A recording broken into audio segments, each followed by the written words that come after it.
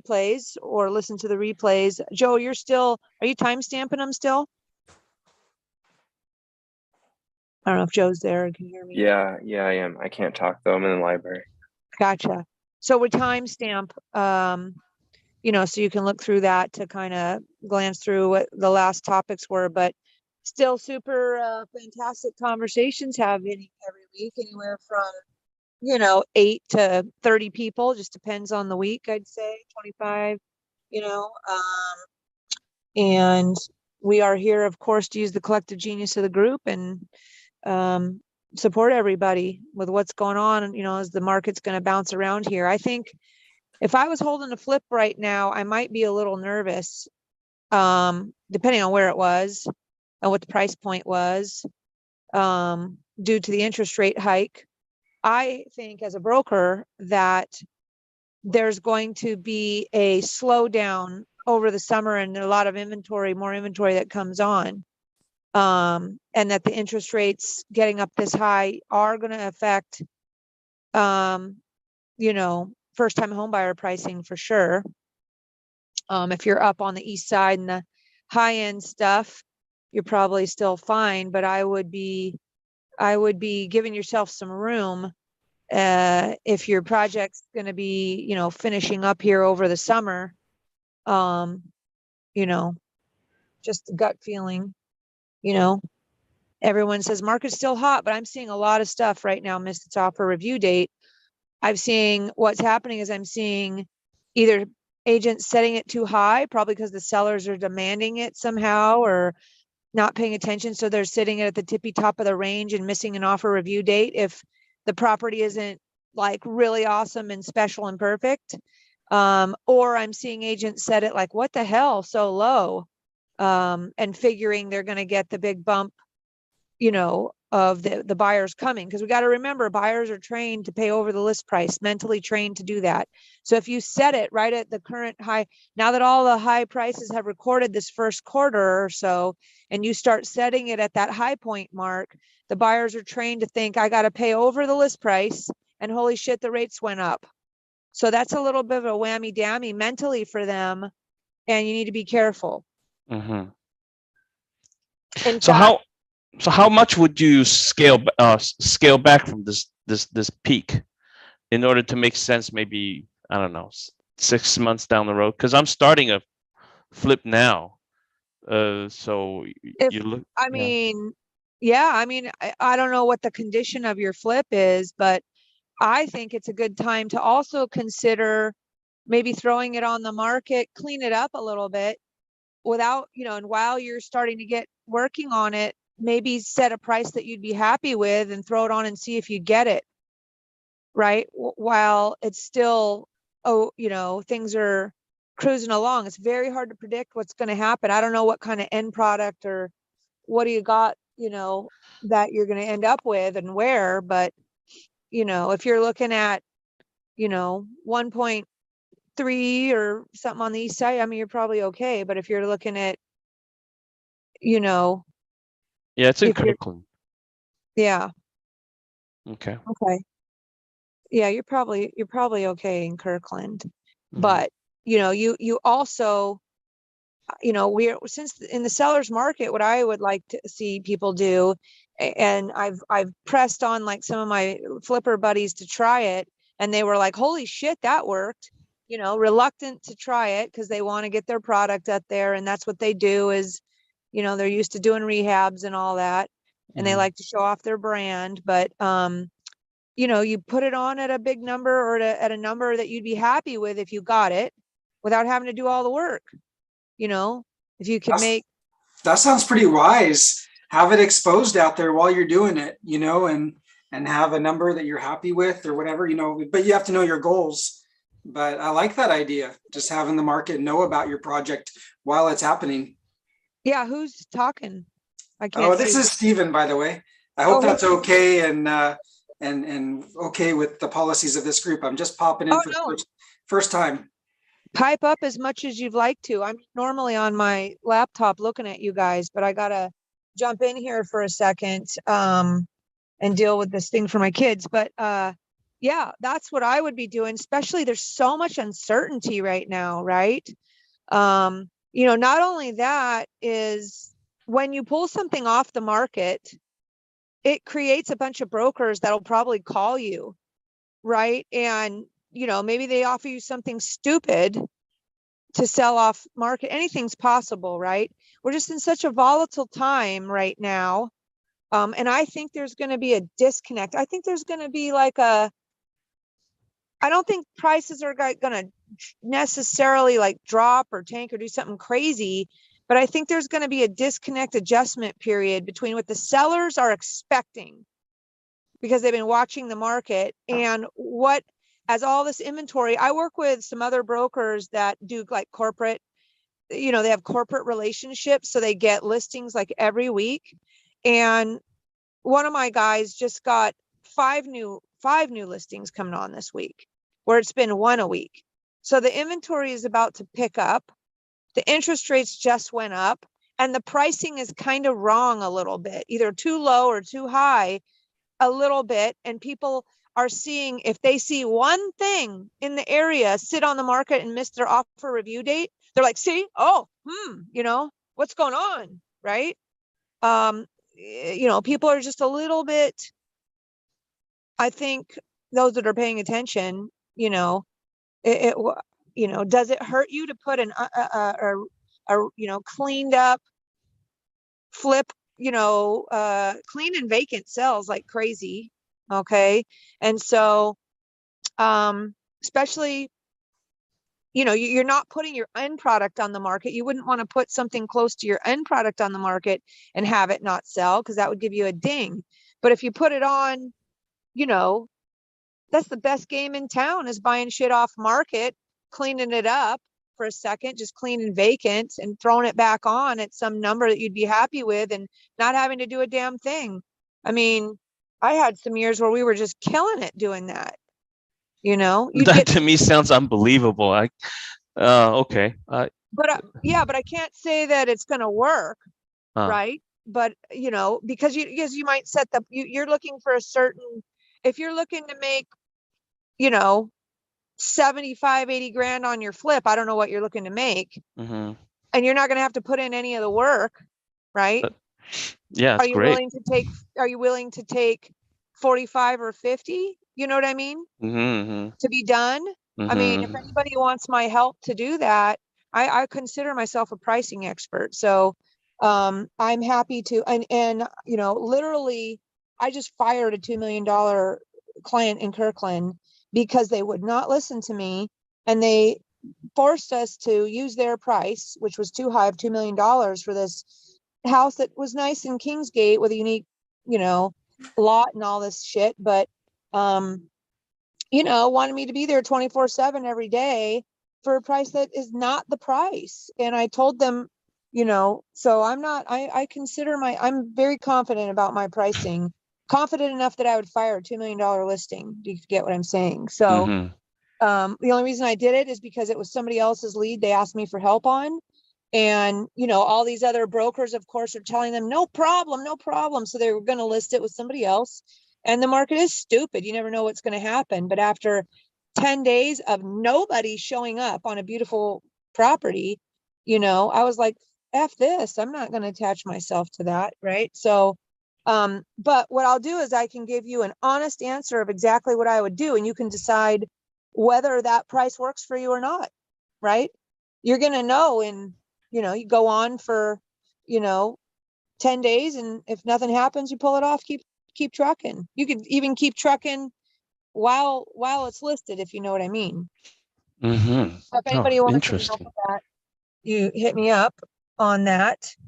But I'm going to let you guys, who's here right now, to help the conversation while I jump in. Holly Bradley, or any of you guys. Hey guys, I didn't hear what the beginning of this was. Hey, Holly, you guys are going to take over and talk amongst yourselves while I deal with something for my kids real quick here. Okay. So somebody take the lead of continuing the conversation, please. You guys can handle it for, 15 minutes here without me and I'll be right back. I'll pop back in a few minutes, okay? You guys can do it. Well, I can key off of something that was mentioned there in that, as far as not knowing what is coming or how, but anyway, I've been listening to my dad, who's been in the industry over 40 years. And one of the things he's convinced of is that there's this period of adjustment for sellers that have been used to getting their pricing.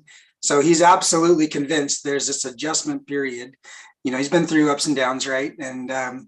And so he doesn't want to talk to sellers for a while until they adjust their expectations. But anyway, just to throw out something that, you know, a longtime industry person is pretty confident about what's coming. Did he has he shared where this might end up being, or is that just too much of a crystal ball to engage? Yeah, I mean, I've heard him say things like, you know, we're in for a tough, you know, 4 to 5 year period here, you know, but, you know, hang tight. The people that, you know, hang tight through that are gonna, you know, do well on the other side. So there's a big picture, you know, thought he has on that. But I think, you know, anyway, I don't know. I'm just kind of listening to him. Yeah, I wonder what that would look like during this period, you know, because I've never seen it. It's kind of hard to tell what it looks like when it's happening. I think for myself, like on the agent side, you know, just being really careful what you get into. There's a lot of ways on the agent side. This is not an agent group though, right? And so, but on the agent side, just being really careful who you sign up for. And that's what, who was that? Was that Julie? Was saying, you know, she's choosing not to work with that unreasonable seller.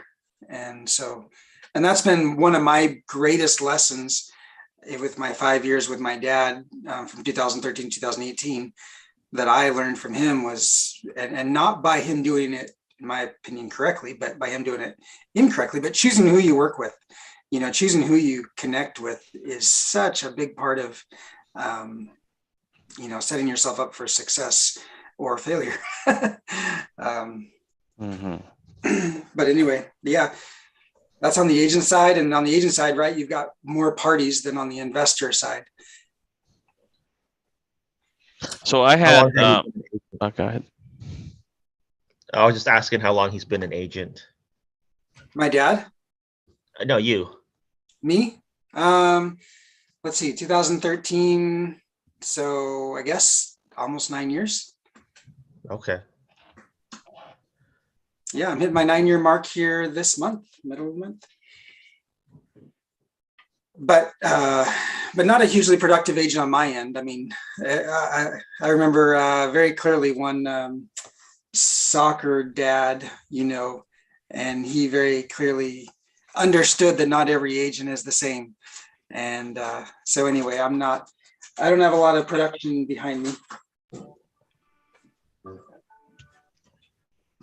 But I do have an amazing education. From 2013 to 2018, I was with my dad getting an education, you know, a residential real estate education that you could never construct or pay for, including the property management side. I was able to take the reins. Our property manager left, you know, a small portfolio of like 40 properties. Property manager left, and I was able to, you know, I was given the reins of a very loose property management division, and so a lot of school hard knocks learning there. But anyway, but thankful for it at this point. What was the original question that Julie was answering? Is this about listing your property and what to list it for? Oh, we started talking about, so I was just, you know, telling Julie what I was up to, and she, you know, flipping, and she said, oh, if you got flips. So we started on the topic, if we have flips right now going on, what we should be doing and what we should be expecting. So we launched into that down that path. So that's where we were. Gotcha. Yeah. I mean, the conversations I'm having with my sellers are just, we have to look at when you're selling anything, you have to look at the buyer and, see what first time home buyer would be putting down, what is the payment, and what the cost of doing business is compared to what you're selling. So I'm really coming at it from a buyer's perspective with the interest rate hikes and having to have some conversations with some sellers. So, because anything that you sell on the market, you just, is the consumer going to be willing to pay that price for it? You have to come at it like that. Anyway, that's what I'm doing. So I was asking, so I asked, how much of, how much should we shave off that peak right now if we're, let's say we're going to market today, because I'm having real problems setting ARVs for my flips now, because just getting into one and it's like, what do we do from here? So do the mortgage calculations. What I would do is just do the mortgage calculations based on what a buyer pay. For instance, like I was looking at another duplex that I wanted to buy this week, and I'm like, well, since the last I closed on the duplex back in February, the interest rate we closed on that on a DSCR 40-year, 10-year interest only loan was 4.5%. Now the interest rates are 7% around that mark for that same loan, and it completely changed. I wouldn't have done this deal if the interest rates were up that. So I would simply just look at do the loan calculations for what the buyer is paying, whether they're a first time, I don't know what you're flipping, but whatever that would be. Maybe it's a first time home buyer, or maybe it's an investor loan, and figure out how someone would get financing for that, and if they would be willing to, if it would make sense with where the rent calculations would be. Unless you're just selling like, single family homes, you'll have to see what's going on in that market. So, but I would definitely be putting in there, be watching weekly what's going on in the market that you're flipping in, seeing what's coming on, what's pending, how many days it's on market. That I've been seeing since January, the statistics that I sent out in my monthly market report have shown that showings per home have consistently been going down in different markets. So, but. okay. Do you have a home listed now? Well, I just had my stuff shaved off, like and it went pending. So luckily I got out by the skin of the teeth. I had it listed at 1.15. This is in Bothell. I had a 1.15 mil, and I had to take 2 price drops and ended up 975 and pending. Yeah. And Yeah. I have some land coming up, so. Congrats for pending. Yeah, I think, where's your land? It's in University Place.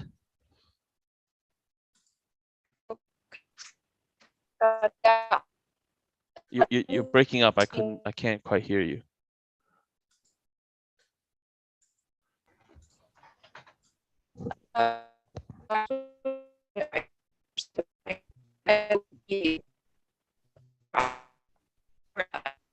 Oh, yeah, still breaking up. I can't hear what's going on.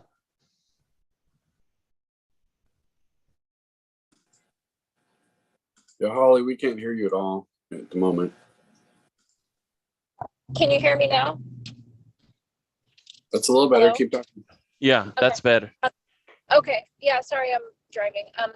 So yeah, I would just, run the numbers on that before you list it. And I will say the land listings that I have, last year, it was like I had land went under contract within a few days.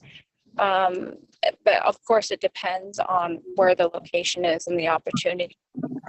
But right now, since the summer of last year, land has been not going as fast because of just the concern about construction costs and delays and things like that. So Okay.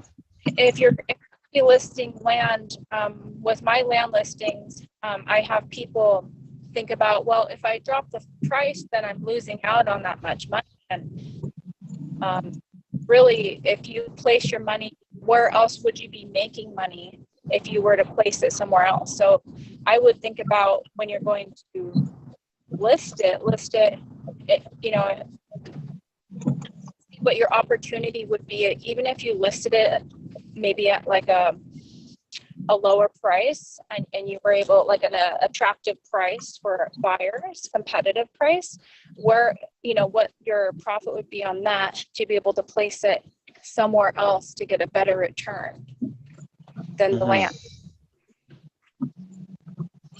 So that's what I would be thinking about, versus having it sit there and, you know, get the extra 20,000, or I don't know what you list that for, but Okay. I think there's opportunity to make more money elsewhere, if you're really wanting to sell your land right now. I'm back in action, guys. Okay. Dropped off a couple burritos.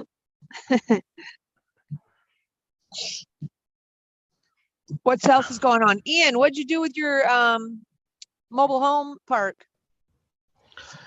I'm talking to some people about it.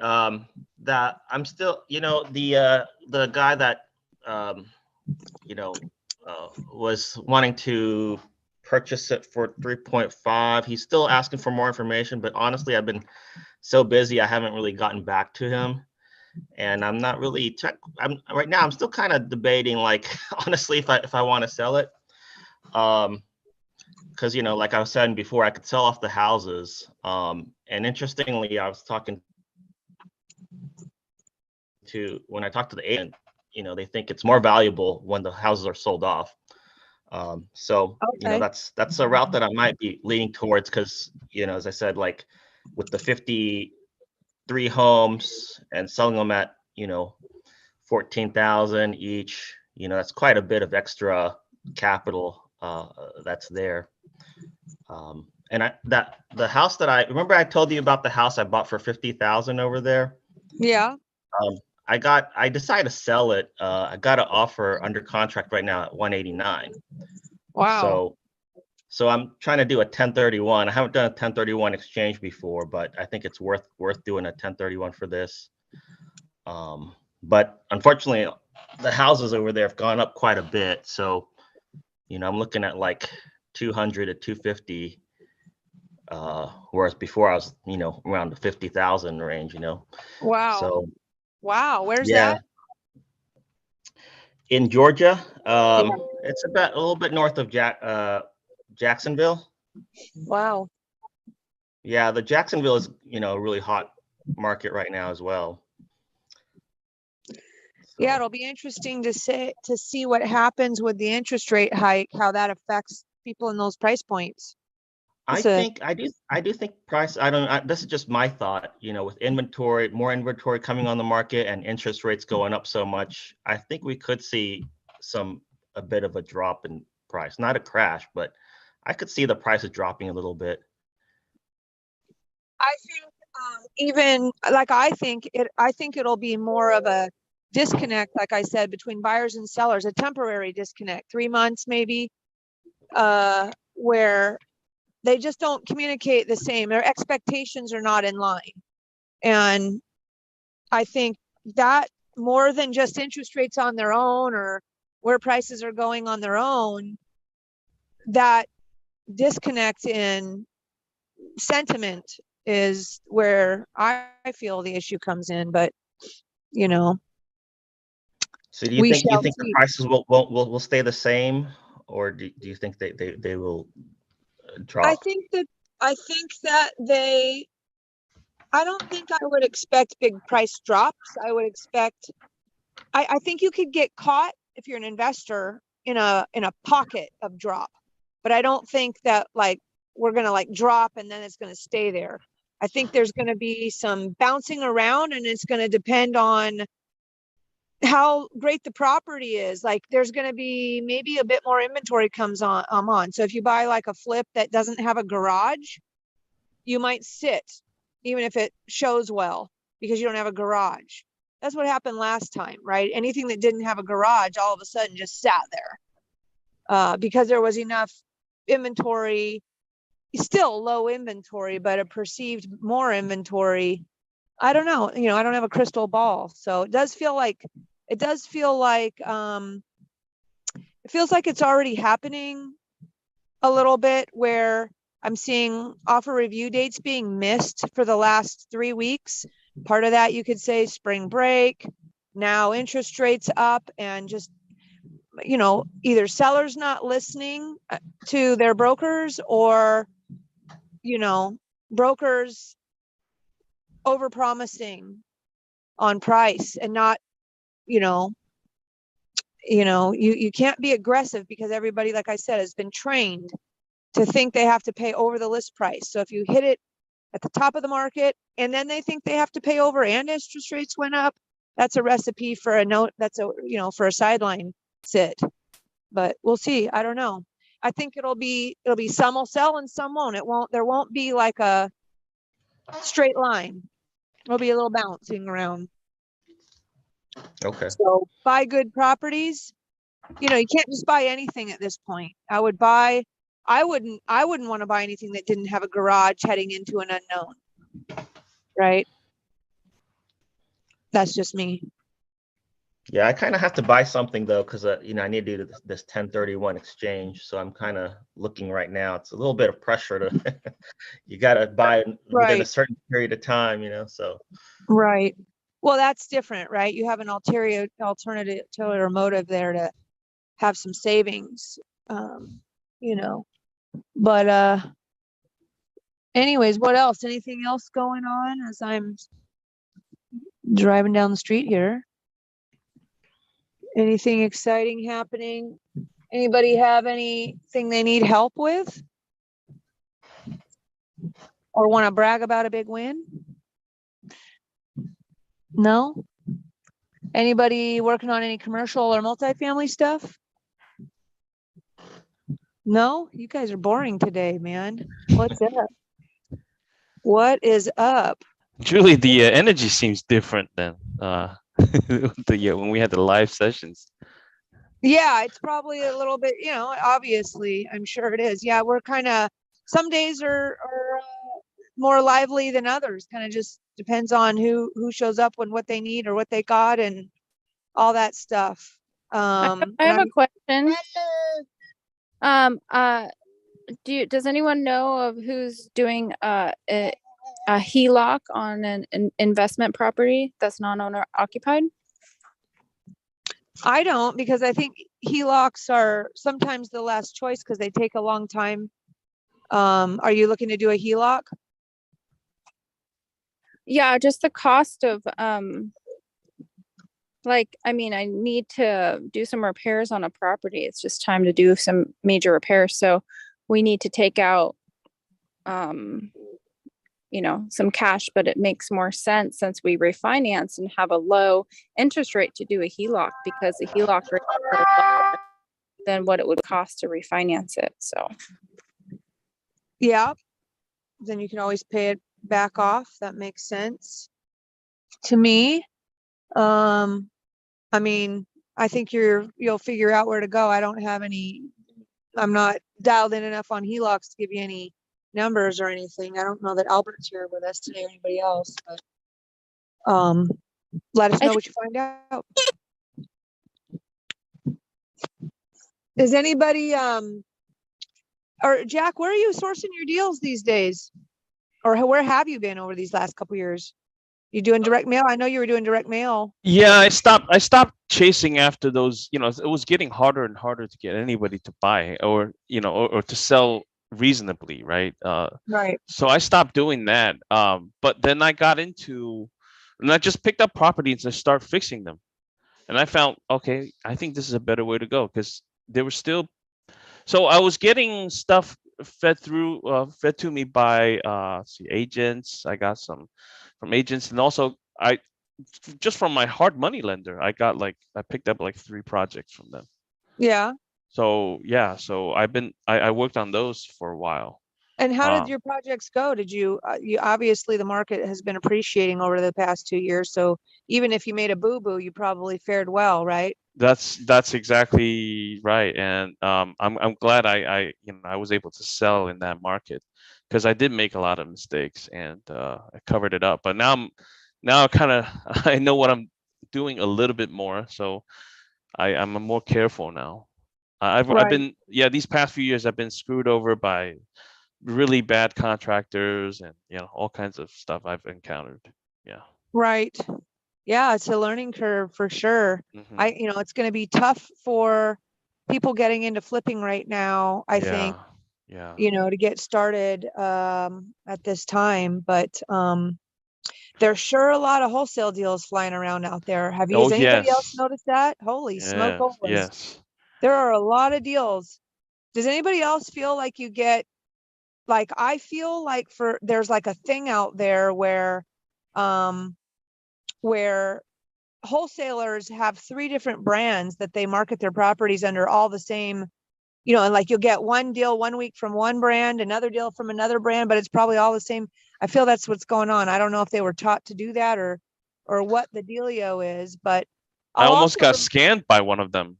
oh, They put something up, and it didn't have a clear title. They didn't. oh, They weren't even authorized to sell it. And yeah, I almost handed over my money. Thank God I didn't. Yeah. yeah, right, Julie, great. when you say wholesale, what does that mean? I don't have a clear understanding of that. A wholesale is when an investor who calls themselves an investor, they market to homeowners, or however they door knock, or they do whatever, and they go and they put properties under contract that are, in condition to be sold as a buy and hold or a flip, or maybe if they're super savvy, maybe even retail, but they put them under contract with assignment clause built into the contract. So Okay, they play the middleman, and then they make a spread and they assign it to the end buyer investor, who then flips it and sells it. So gotcha. and that's So they basically are identifying the properties for an investor, really. Yeah, they are just trying to make a spread in the middle by putting properties under contract below value and taking a spread when they assign them to, somebody's going to flip or do a burr or something like that. Right. Um, Okay. Thank you for that. Yeah. And what, are you a real estate broker? I am. Yeah. So what you guys may also realize is, if you're wholesaling, is that you can list a wholesale deal on the MLS. That's allowed with certain language. Obviously, your brokerage firm needs to be in agreement on that, and there needs to be enough money built into that spread on the wholesale deal that a buyer's agent can be paid, and that you as a wholesaler can be paid. But that is something that is doable. Okay. Yeah, I also fit that other category you mentioned of someone wanting to get into flipping, in that. So there is that part for me, and I realize it feels like the most awful time, but yet that's where I want to go. Sure. And what do you think you bring to the table? Let's say, do you have funds to put, do you have money that you can put down as the equity to close, 10, Yeah. 15%? Do you have, you're a broker, obviously, so you can, help Yeah. list properties for a deal if you're in the deal or whatever. I used to wholesale and flip with a construction partner, and my deal, we were 50-50, and my listing fee that I would charge would just count towards my 50%. And it was great for me because I didn't have to lift a finger once I found the deal. Kind of almost assigned it to myself with my construction partner. And then this is Joe and I doing this, and then he would do all the work. Sometimes it required a shit ton of work, and we'd come out where we did, looking, smelling like a rose because we didn't have to lift a finger and we made a ton of money. Other times he didn't have to lift a finger because we used my method of what I call prehab, where we, close on it and list it right away without doing the work. And we just killed it a handful of times doing that. Yeah, And good. that makes him have a big win, right? I would choose whether I put the money up or not. He'd either get a hard money loan, or I could seller finance. I could, be the private money lender, depending on where the deal was or whatever. But yeah, it's right now what I recommend if you're getting started, you want to partner up with somebody more experienced, maybe like Jack here. If Gotcha. what you should decide what you can bring to the table, and then go find an experienced flipper and offer your opposite skill sets to them as something of value to them. Because it's a tough time to get started in a volatile market. And when you're doing that, you always have to have your plan B in place, that if you can't get out of your hard money loan, or you can't get it sold, or you have to sell at a discount, that that you can refinance the property and hang on to it for a while and rent it, Right. or be willing to take the punishment, Right. right, of just not making any money or having to close and lose money. You always have to be prepared for that. So I recommend, when people are getting started, is look in the mirror, figure out what it is that you have to offer, whether that be your time, your money, your access, a deal. Maybe you bring a deal to the table. Maybe you bring a deal to Jack here and say, I want to partner up with you, and this is what I'm going to contribute. I'm going to bring this deal to you, and I'm going to, put down, contribute some of the equity, and, I'll can list it and blah, blah, blah, blah, blah. And work at it that way, rather than trying to go it all alone in a bumpy situation. Right. Okay. I appreciate that. Thank you, Julie. Exactly. That's how I structure one of my partnerships right now for this Kirkland one that I'm picking up, is that a realtor is coming along, and she's bringing the the sales side, and I'll provide the day-to-day managing, because this is my experience, right? Any flips without somebody there day in, day out watching, it will go bad eventually. I just find contractors really untrustworthy to go on their own. 100%. I agree. Even if you've used them 5 times. Yeah, Even they'll fail you on the 6th time. Yep, exactly. Yep. And so, like I said, my partner was one of the biggest flippers in town. Okay. And after a while, I was like, because we're 50-50, I'm like, what in the hell? Why are the costs so high on this deal? I thought, is he starting to like rip me off, kind of? And no way, this person is a genuine, great, loving guy. There's no way I would think that's going on. And what was going on is his contractors, who he'd used for years and years and years, keep employed full time, are starting to slow time him. They're slow timing him, billable hours and all that shit, because nobody was watching the shop enough. Too many projects going on, giving too much freedom to the contractor. So Jack's point is 1,000,000% valid, right? Having somebody that is watching the day-to-day is crucial. Visiting the project every few days, once a week at a minimum. At a minimum, yeah, at a minimum. Right. I would not go 2 days right now. For me, I don't go 2 days without visiting my projects, because things go really haywire when you stretch it out. Yeah, Yeah, we've been in a very incentivizing untenable contracting world for quite a while. That's actually one of the like bright lights of looking forward, is maybe getting to a more reasonable contractor place. Even as other things change, contractors might become more reasonable. I wouldn't bet on that anytime soon, Yeah. So There's a lack of hunger on their part for jobs right now because there's just too many. They're, that's chasing them. And I feel like that's where they grow their skin, they're and they start asking for stuff that's starting becoming unreasonable. Yeah. I mean, for one flip, I have to fire like two contractors, and I had to sort of, wing it along the way and sort of piecemeal it and have two teams competing at the same time, where one team works on the top floor, the other one, so that each team could take over in case the other one, falters. And this is the strategy I've been kind of using. I'm gonna park down Wow. there. I'll flip flop.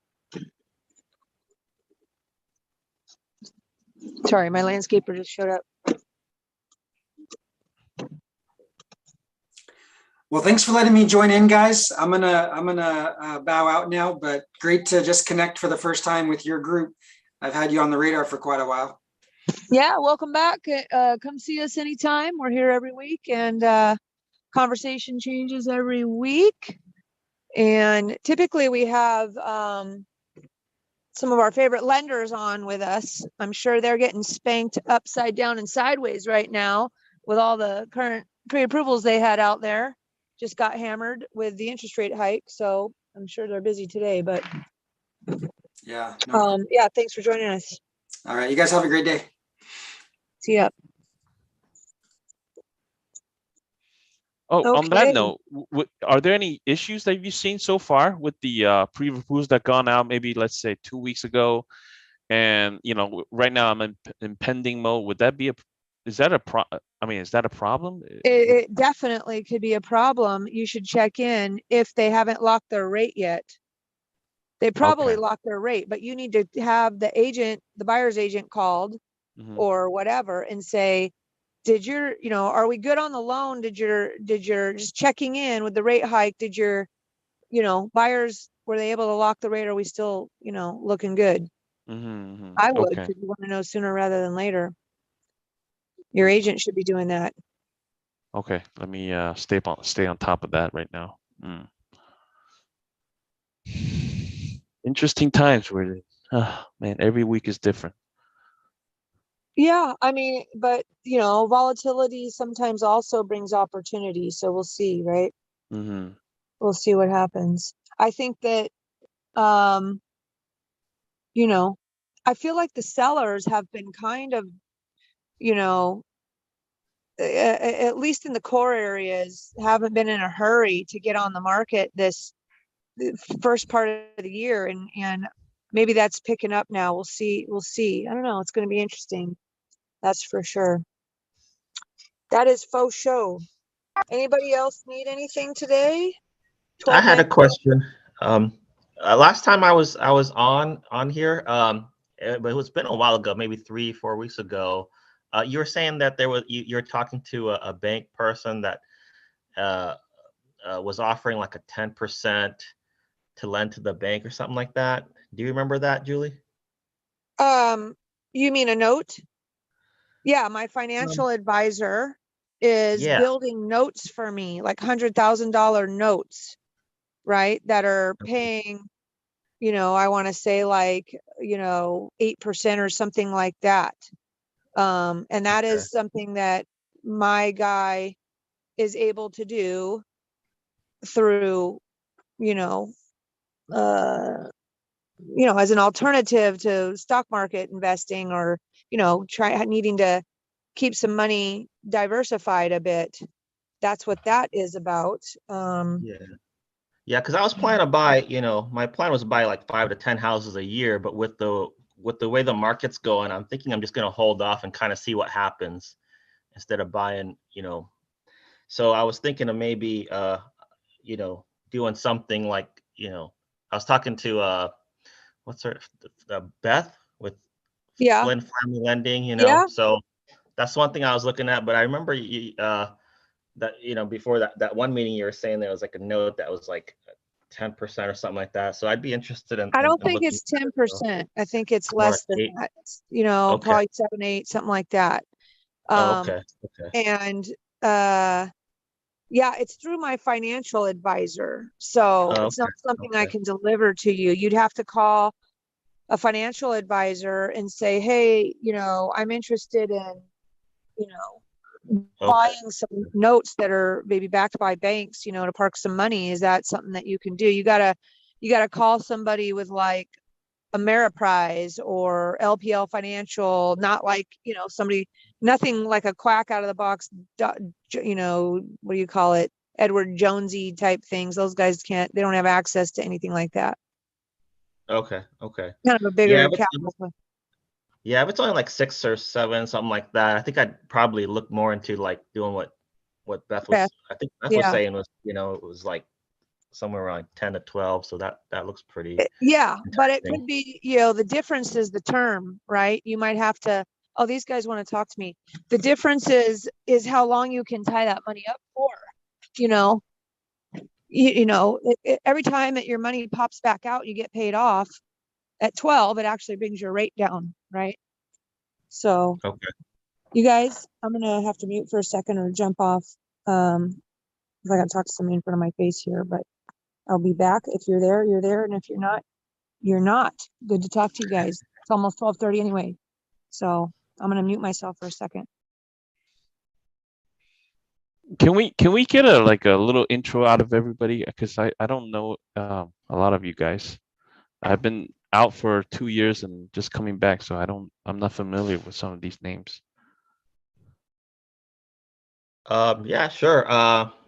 What kind of intro do you want? Oh, Just kind of like it's just like a brief 1 minute, like what you guys do. Yeah.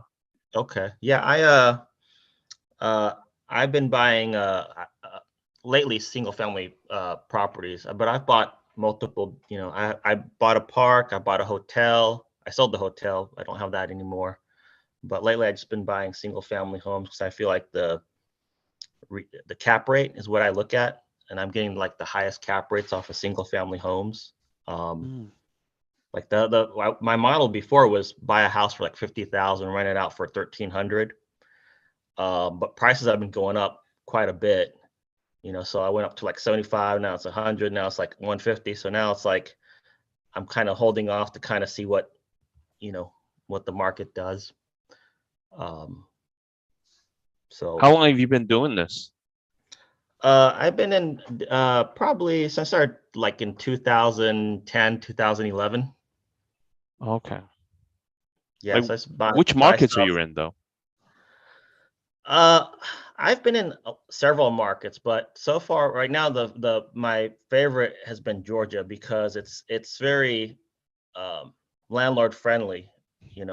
I was actually first I'm in Renton, which is close to Seattle. So I was originally looking for apartment complexes in Seattle, but the laws in Seattle are, I was looking at to be a landlord in Seattle. The laws are just very tough. Unfriendly, yeah, very It's unfriendly.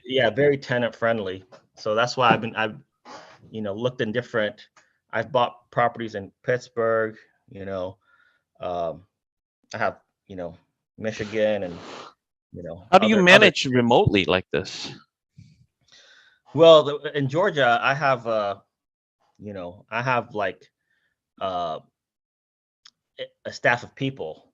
Like I have the carpenter and the electrician, plumber. That's all in house. And I talk to like a head person every day, and kind of see what's going on. So that's how I manage it. So you have people like a manager on the ground in each market that you're in, I guess, right? I don't call him a manager. He's kind of like more like a general, I guess. So, I call him and say, what's the progress of these, these properties, and he gives me an update, and I tell him what I want done, that sort of thing. So I actually did have a manager before, but the managers they just didn't do that great of a job, and he was like, well, I could do what they're doing. I can show the houses, and so okay. So that kind of eliminated a position which helped with the payroll. Okay. So yeah, so I mean the management job is, you just show the houses, they if the tenancy, need to get removed, they go to the courthouse. So that's a good thing about Georgia is like I don't need to hire a lawyer. You just send someone to the courthouse and file it. So it's real easy. So Okay.